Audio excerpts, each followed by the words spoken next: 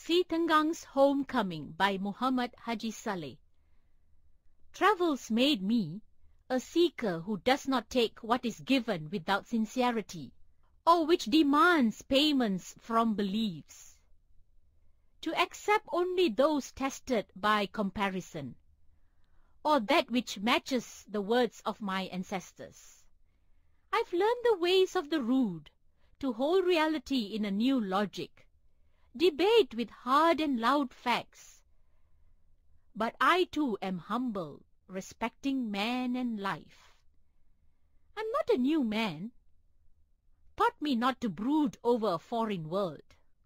I am you, freed from the village, its soils and ways. I have found myself.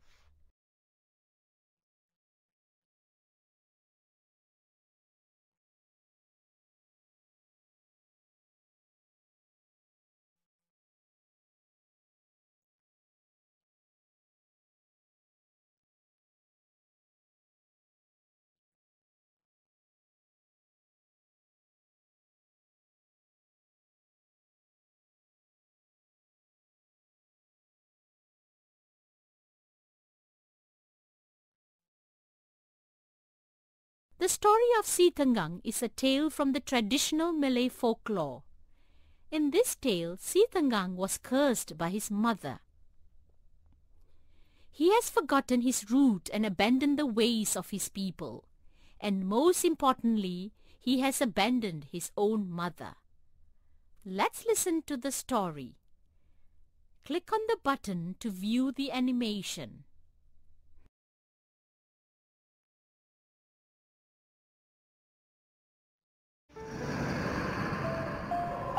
The local story of the filial son is a popular story based from one generation to the next.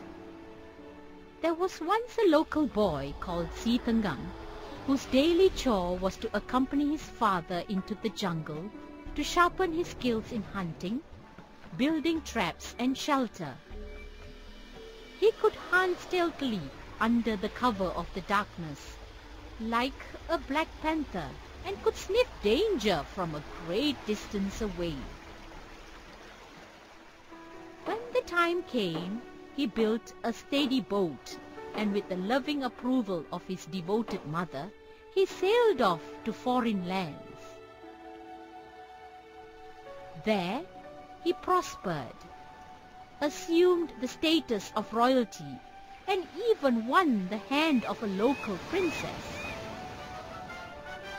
At a time of blissful marriage, Si Tenggang, known as Nakhoda or Captain Tenggang, sailed again to far-off lands, this time accompanied by a crew of able-bodied men and his wife. Due to the splendor and fairy tale-like life he had woven for himself, Si Tenggang had forgotten about his humble origins and his mother. At a time at sea, the captain found themselves low on supplies and were forced to drop anchor at a tiny harbor carved into the edges of a thick jungle. The whole village turned up to greet the handsome captain and his beautiful princess. As it were, the mother recognized her long-lost son and called out to him, "Tenggang, my son, I knew you would come home." Not willing to reveal his origins and be ridiculed by his crew and wife, Si Tenggang ordered the villagers to remove the mad woman from the sight, or he would get his crew to fire the cannons and kill them all. On hearing his commands, Si Tenggang's mother sadly whispered, "I'm sorry. Do not harm them. I was mistaken. I see now that you are not my son." As true words were spoken, the dark clouds loomed over, blackening the sky, and the waves rose to great heights. The villagers, shocked by the strange phenomenon, were at a loss as what to do. But as they turned to the ship's direction, they saw the ship. Si Tenggang, his wife, and the entire crew turned into stone.